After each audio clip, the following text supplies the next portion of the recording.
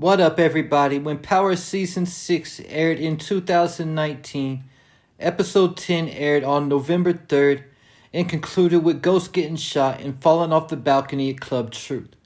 Power Season 6 then resumed on January 5th, 2020, with the final 5 episodes in the series titled Who Shot Ghost. These final 5 episodes featured the main characters who were still living, all having a potential motive to kill Ghost.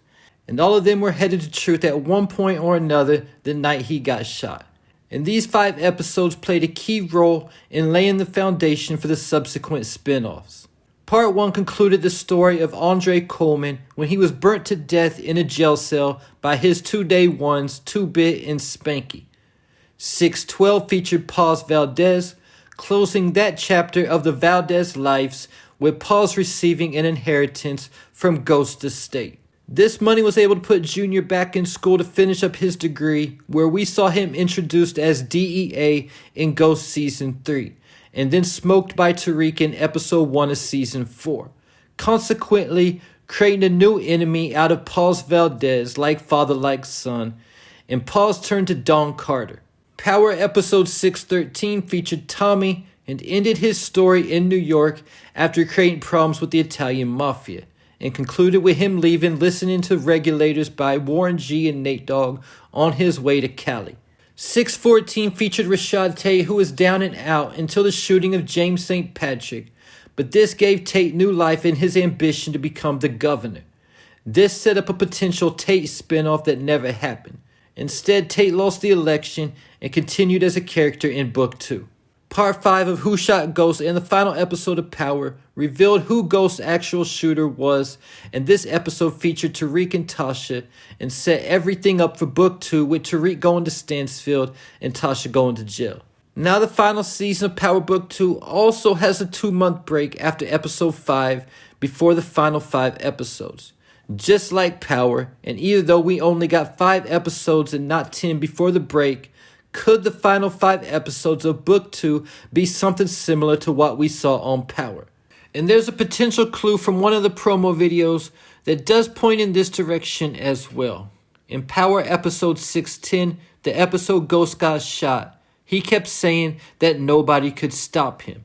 The promo video has Tariq saying something similar, saying, "You can't kill me, nobody can, not when you're at the top of the game."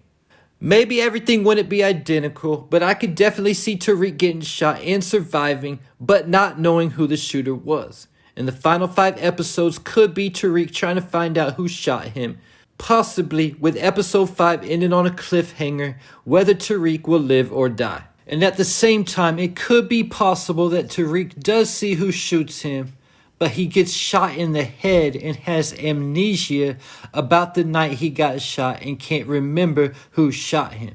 Then at any time in the second half of the season, it might click and he could remember then who shot him. After getting shot, Tariq could then go into a coma and then have a dream or a hallucination, whatever you want to call it, where he is at Club Truth. Then he could potentially see Ghost, or more than likely he would see himself. Keeping in mind the title of Episode 5 is called Ego Death. In this video, I'm going to break down the potential characters who could end up putting a bullet in Tariq, recreating the final 5 episodes of Power with the Who Shot Tariq series, and the motive that they could have for doing this. Starting out with Diana Tejada. Diana's Season 4 description says that Diana will morph into the woman she fought so desperately not to become, her mother.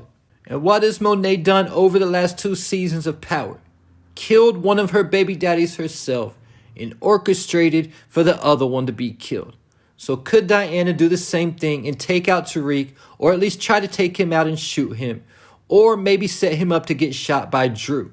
The question some may ask is, why would Diana try to kill Tariq after he just found out that she's pregnant? This is because he might not actually be the father, and could even begin a DNA test in Episode 5 when we see him and Diana at the clinic. And even if he doesn't ask for one, and Diana isn't sure if he's the father or not, she might still want to go ahead and take him out before he asks for one. Because the only thing that saved Diana in Episode 4, other than Monet, is the fact that Diana is pregnant with Tariq's baby. Because when Monet said she was pregnant, Tariq still didn't budge and asked what that had to do with him. So Diana might have only told Tariq it was his baby to give him an incentive not to shoot her. But if Diana isn't pregnant with Tariq's child and she doesn't come for him, he does still have to worry about Noma though. Noma already wants Tariq dead and the truce she made with him is on fragile terms. And Tariq might have just made things all the way worse at the end of episode 4 after finding out that Diana was pregnant. He went to the club that they were moving product out of and bumped into none other than Anya Covington and asked if he could buy her a drink. But the question is, what is Tariq's long game concerning Anya? And whatever it is, Noma will definitely want Tariq dead the second that she finds out that Tariq has had any type of contact with her daughter. Not to mention that part of her truce with Tariq is based on him not selling any more product. And the episode 5 trailer shows that Noma is going to find out everything. The combination of Tariq hooking up with Anya, combined with him breaking their agreement, should set Noma off. She might even put the bounty back on his head from episode 1 from before their truce. And with Tariq actually getting to Anya, even though it was by chance, the fact that he approached her and is going to do whatever he does with her, she might even triple that bounty. Also, I asked the question, after Tariq hooks up with Anya, does he plan on taking her hostage to get some kind of leverage on Noma? If he does, it might not end well for him. In Power, I can think of 3 hostage situations off the top of my head. And 2 of the people taking somebody hostage didn't survive. There was Jukebox, who got killed by Kanan when she took Tariq hostage. Vincent also took Tariq hostage and survived. And Ronnie faked taking Kanan hostage as a way to play rock and still got killed when Kanan executed him. But because the fact that Noma rarely gets her hands dirty, either though she don't have a problem doing that either, but there is a chance if she wants Tariq dead that she sends Kane to do the job, who is already way too eager for this opportunity. But the fact that Carter and Kamal Tate are going around trying to say that Tariq shot Monet, if this news gets back to Kane, he might even take matters into his own hands. Because either though he agreed not to kill Diana or Drew, he didn't say anything about Tariq. The next character who has a motive to kill Tariq would be Paz Valdez. Paz knows that Tariq killed her son Junior, and this opened up old wounds and the hatred that she has for Tariq's father, who she did show up to truth that night to shoot him, but couldn't pull the trigger. Now that Paz no longer has anything or anyone left to lose, will she take it a step further and actually pull the trigger this time with Tariq?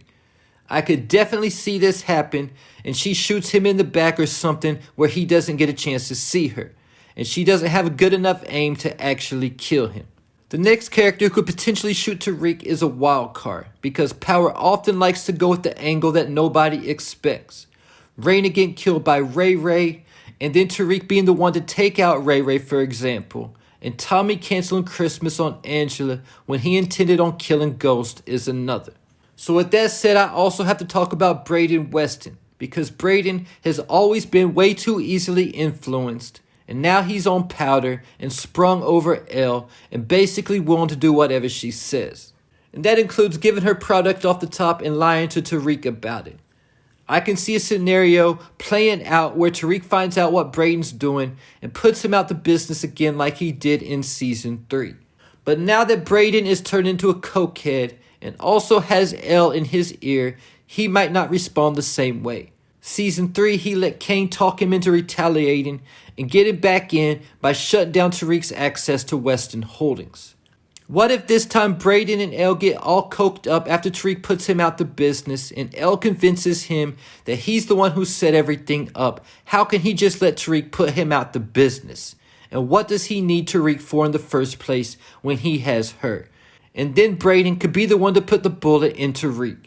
And characters who I didn't mention in this video that I don't see shooting Tariq, but could still potentially be wild cards, especially in a who shot Tariq scenario where everyone is a suspect, is Carter, Monet, Effie, and Davis McLean.